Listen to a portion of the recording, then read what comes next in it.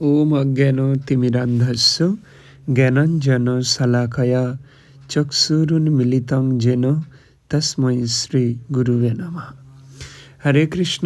আজকের আলোচ্য বিষয় আগামী সরস্বতী পূজা। মাতা সরস্বতী কৃপাময়ী, সর্ববেদময়ী। তিনি সমস্ত শাস্ত্রের জ্ঞান প্রদান করে থাকেন। তিনি বিদ্যার অধিষ্ঠাত্রী দেবী। তো আগামী আগত সরস্বতী পূজাতে আপনার অবশ্য উচিত, আপনি যে প্রফেশনে থাকুন না কেন, আপনি একজন বিজনেসম্যান, আপনি গভর্নমেন্ট সার্ভিস হোল্ডার, আপনি স্টুডেন্ট, আপনি যে কোনো প্রফেশনে থাকুন, আপনাকে মাতা নীল সরস্বতীকে উপাসনা করা অতীব জরুরি। কারণ মাতা সরস্বতী আপনার বুদ্ধি বাড়াবেন। আপনি যে বিজনেস করবেন তার জন্য মাতা সরস্বতী আপনাকে সেই বুদ্ধি প্রদান করবেন। বোকা কালিদাস তিনি তো তার ফুলশয্যার দিনে তিনি বুঝতে পারেননি যে মশারির মধ্যে কিভাবে ঢুকতে হয়।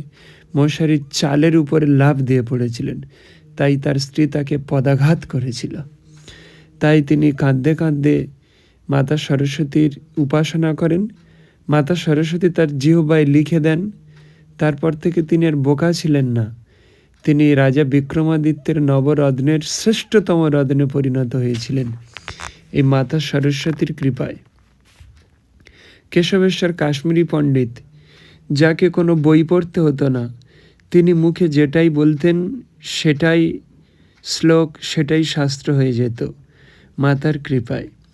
তাই মুখং করতি বাচলং পঙ্গুং লঙ্ঘয়তে গিরিম। মুখ বোবা ব্যক্তি বাচালের মতো কথা বলতে পারে, খোঁড়া পাহাড় ডিঙাতে পারে। তো আপনি যদি আপনার জীবনের শ্রেষ্ঠত্বে উপনীত হতে চান, যদি আপনি আপনার জীবনের চরম জায়গায় চরম স্থান পেতে চান, তাহলে আপনাকে অবশ্যই মাতা সরস্বতীর আরাধনা করা উচিত। মাতা সরস্বতী আর কেউ নন, তিনি ভগবান কৃষ্ণের বিদ্যারূপিণী। বিদ্যা তার যে অংশ, বিভিন্ন রকম কাজ করে থাকেন।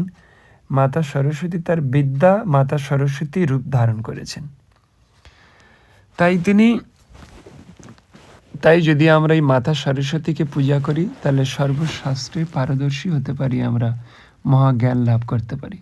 আর স্টুডেন্টদের জন্য তো সোনায় সোহাগা। একটা ছাত্রকে অবশ্যই এই সাধনা করা উচিত। এই সাধনার বিশেষত্ব আসছে, এই সাধনা কিভাবে করতে হবে, কি তার বিধিনিষেধ আসতে চলেছে, এই সাধনার বিভিন্ন নিয়মকানুন আপনারা কমেন্টে জানান। আপনারা আরও কি জানতে চান, হরে কৃষ্ণ, আর কি বিষয়ে সাধনা পেতে চান সেটা জানাবেন, আমি সে বিষয়ে দেব। তাই মাতা সরস্বতীকে নিয়ে সাধনা আসতে চলেছে। হরে কৃষ্ণ।